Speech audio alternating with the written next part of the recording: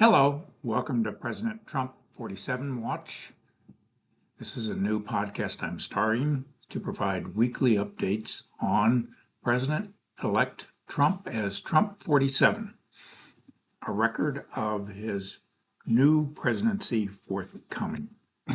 The focus this week in the news is on a looming government shutdown. I'm Merrick Masters, I'm Professor Emeritus and also a commentator and podcaster. You can find me at my email address and on my YouTube channel. In addition to issues associated with Speaker Johnson's derailed budget deal, we'll talk in this episode about Elon Musk for Speaker, a slipping House majority for the Republicans, Trump nominees move forward, and we'll take a look at the record, the actual data on presidential pardons, given that they've gotten a lot of attention recently after Trump pardoned his son Hunter Biden. After Biden pardoned his son Hunter Biden.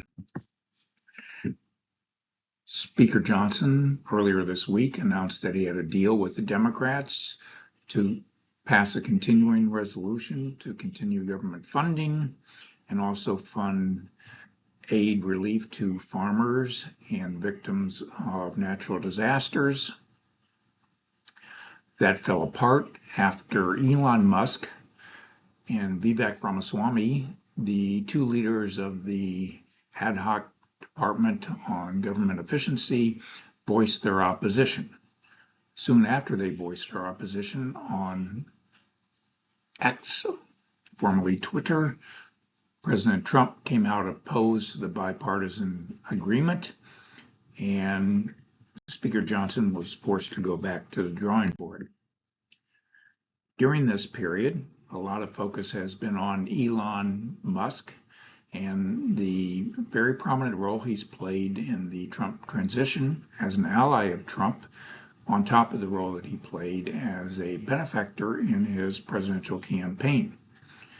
Some are even touting Elon Musk for Speaker. You don't have to be a member of Congress to be elected Speaker. You do have to be elected by the House of Representatives by a majority vote. And that would have to take place sometime at the start of the new Congress on January 3rd.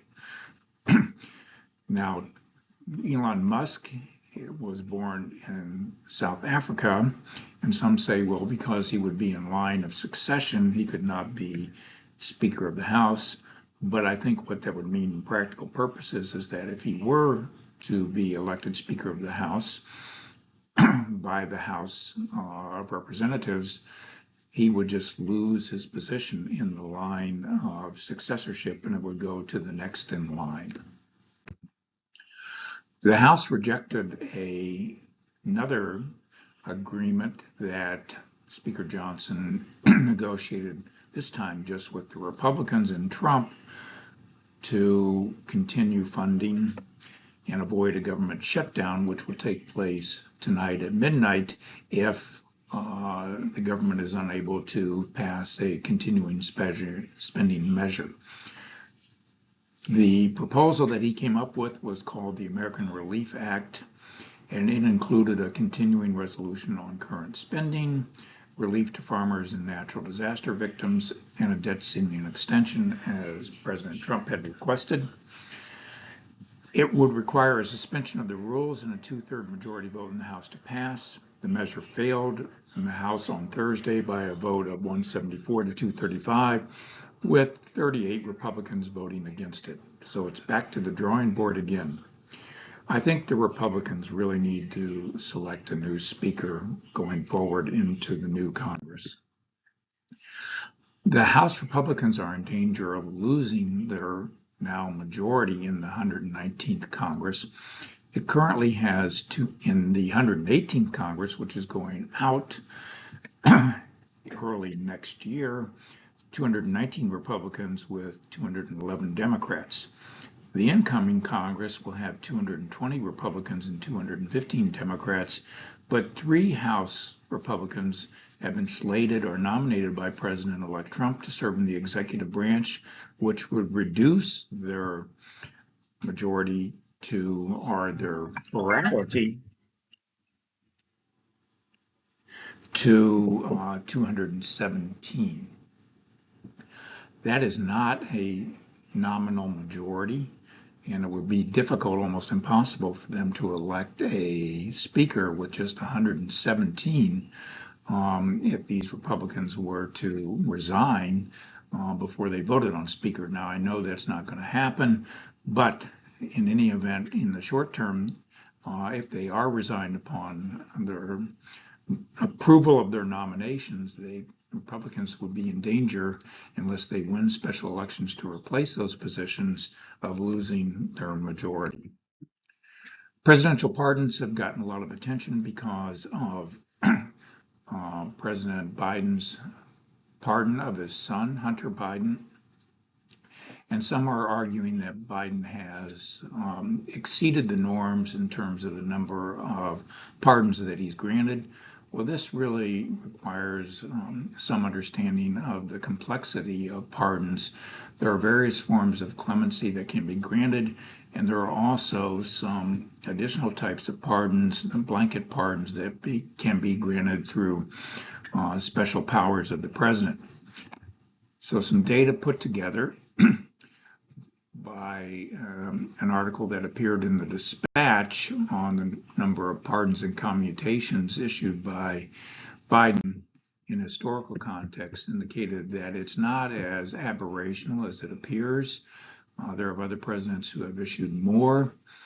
And what really matters is who is getting a commutation or a pardon.